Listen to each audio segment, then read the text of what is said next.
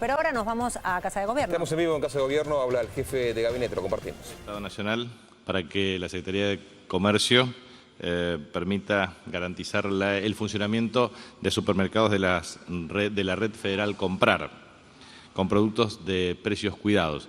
Esta es una modalidad y una práctica que pretende extenderse a toda la República Argentina y que genera las perspectivas para que los consumidores puedan acceder a precios cuidados con bienes de muy buena calidad. Lo hemos observado en distintos lugares del país y los resultados han sido muy positivos.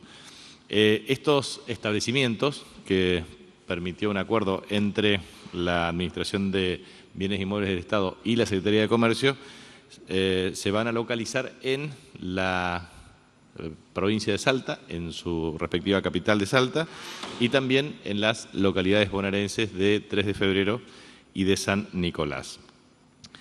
El PAMI logró una certificación ISO 27001, que es una norma internacional emitida por la Organización Internacional de Normalización, lo cual permite garantizar estándares máximos de seguridad de la información.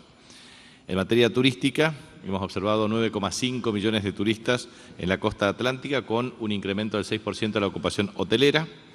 El Banco Central de la República Argentina dispuso un aumento en el rendimiento de sus letras en dólares, con el objetivo de que una suba de la tasa de interés para ofrecer mejoras en materia de plazos fijos en moneda extranjera. Y esta medida generará un estímulo para que los depositantes mantengan sus ahorros en dólares dentro del sistema financiero.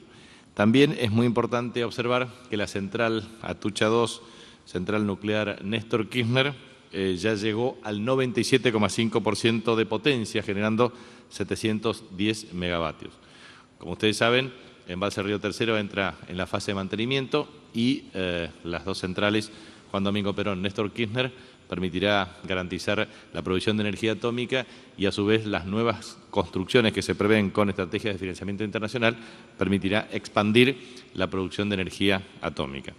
También quería transmitir que, por instrucción de la Presidenta de la Nación, vamos a tener la posibilidad de una reunión conjunta con ministros de varias carteras para atender al canciller Mauro Vieira, canciller de la República Federativa de Brasil, que está en visita oficial a nuestro país.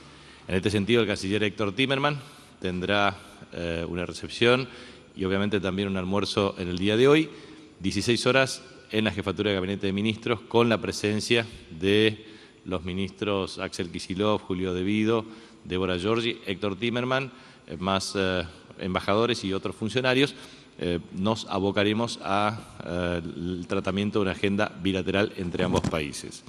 También, por instrucción expresa de la Presidenta de la Nación, la doctora Cristina Fernández de Kirchner, vamos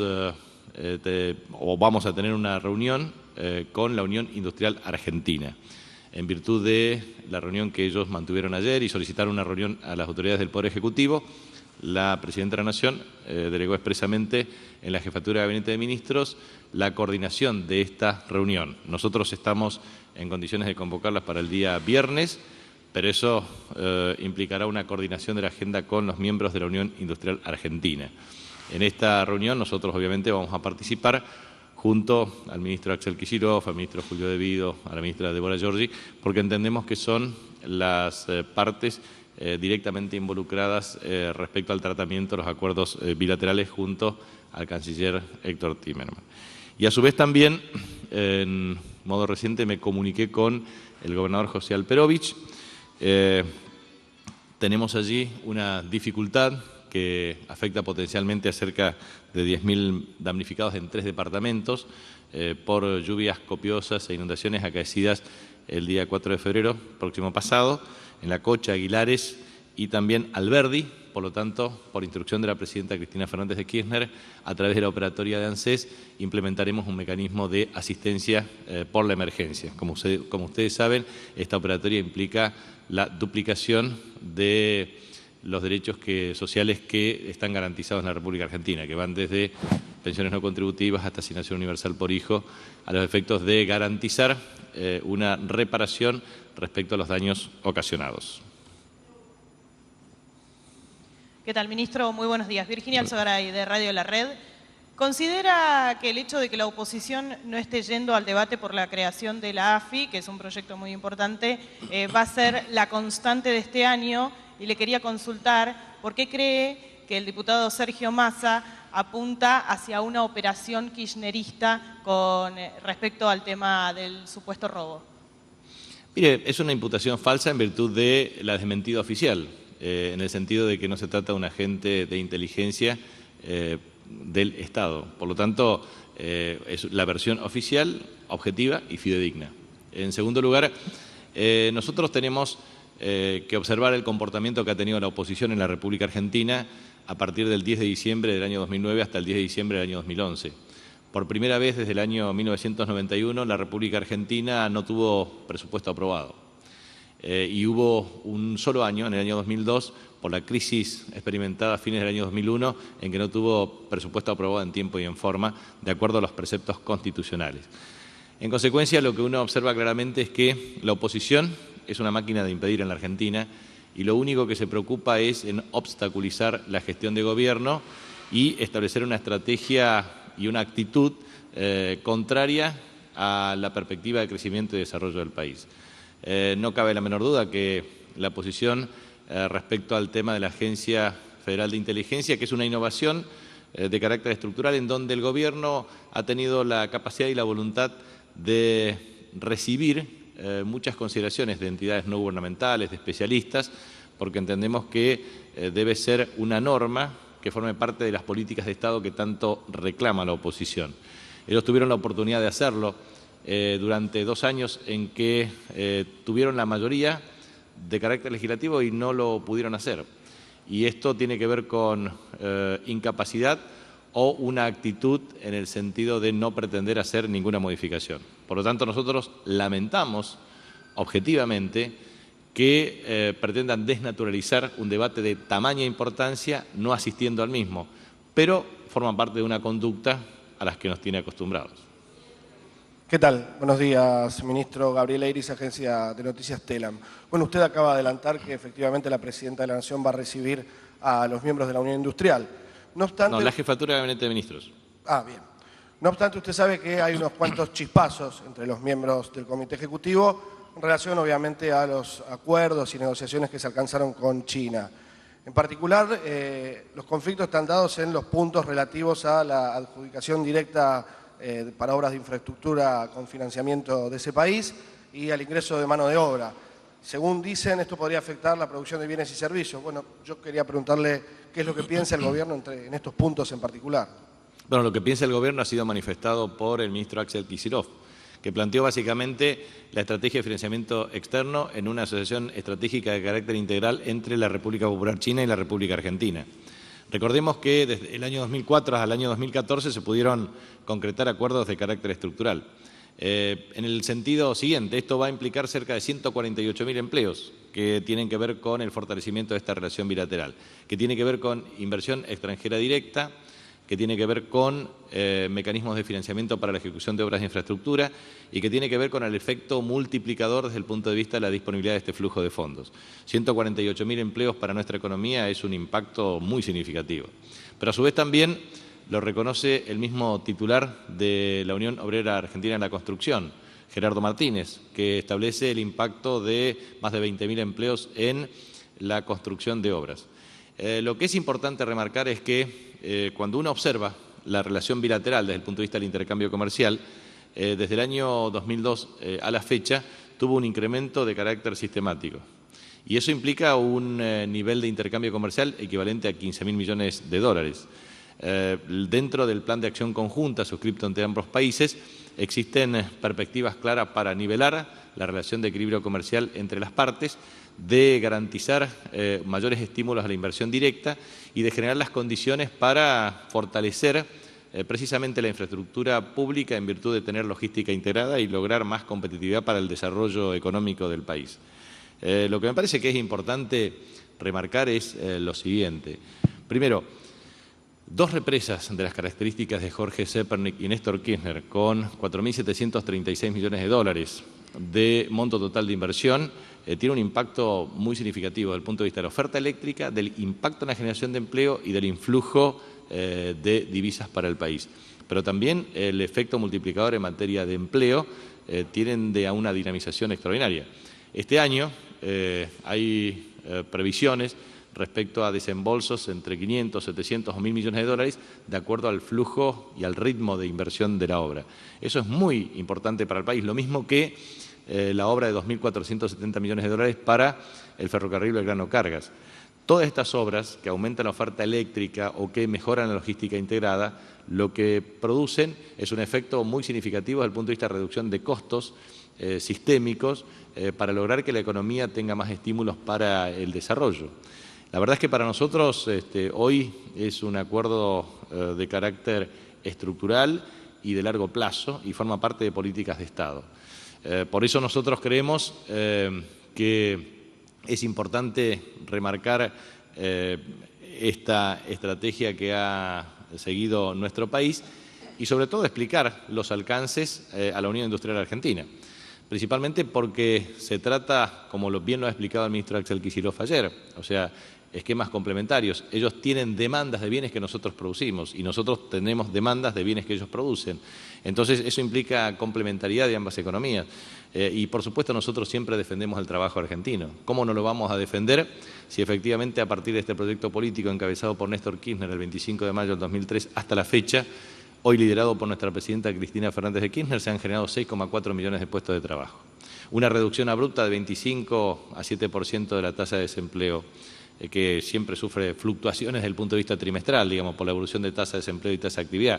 Pero la verdad es que el impacto ha sido muy significativo en términos de actividad económica, de inversión y de mejoramiento de la logística. Así que nosotros consideramos que va a ser muy positiva esta reunión, porque cuando existe una política de Estado tendiente a generar valor agregado, a la industrialización en origen, a industrializar la ruralidad, en realidad lo que estamos haciendo es defender la matriz productiva de base industrial. Ese es el proyecto de país que encabeza la presidenta Cristina Fernández de Kirchner y que obviamente es compatible con lo que deberían pensar todos los industriales en el país, aquellos pequeños y medianos industriales. Mire, creo que en algún momento de los próximos días o de los próximos meses se darán a conocer los resultados de la aplicación de la Ley 26.940, que es el tema de promoción y estímulos de empleo, tanto para microempleadores como para pequeñas y medianas empresas. Pero claramente la política de reducción de la informalidad laboral está dando resultados y eso también es una política muy activa, lo mismo que el tema de corresponsabilidad gremial. Así que nosotros vemos eso con mucho optimismo. Buen día, ministro. Javier Pasaragua, la M530, la Red de las Madres. Dos consultas. La primera tiene que ver con que hace ya unos años se conoció el estrecho vínculo entre la Embajada de Estados Unidos y el fiscal Nisman. Esto se volvió a hablar ahora a raíz de la muerte del fiscal. Yo quería saber a nivel político si el gobierno le pidió o le va a pedir alguna explicación a la Embajada de Estados Unidos en relación con estos cables que se conocieron hace un tiempo, si es cierto que hay unas directivas, hubo directivas a Nisman respecto de la dirección de la investigación por el atentado a la AMIA. Y por el otro lado, quería saber si usted coincidía o no con lo que dijo el diputado del Frente para la Victoria, Jorge Landó, acerca de que los jueces que participen en la marcha del 18 de febrero podrían llegar a ser recusados. Gracias. La segunda pregunta, me siento representado por la respuesta que dio recién Aníbal Fernández. Y con respecto a la primera pregunta, no existe una previsión por parte del Gobierno respecto a lo que usted pregunta. Pero eso es una cuestión de incumbencia claramente de Cancillería Argentina y también de la Presidenta de la Nación. Pero, como usted sabe, nosotros siempre ratificamos nuestra condición de país soberano.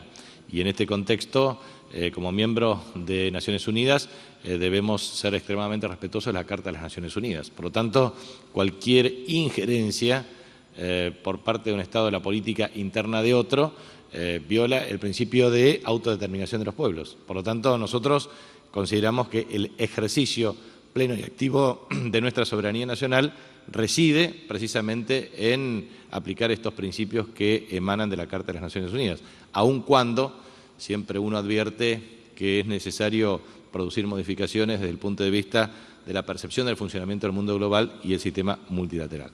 Pero no quería dejar de pasar un comentario en la Argentina también que se hace respecto al tema de la cuestión social, porque muchas veces algunos casos aislados pretenden hacer una referencia de carácter global. Y yo quiero transmitir lo siguiente. El censo del año 2010 determinó que en la República Argentina existan 29.029.294 personas mayores de 18 años.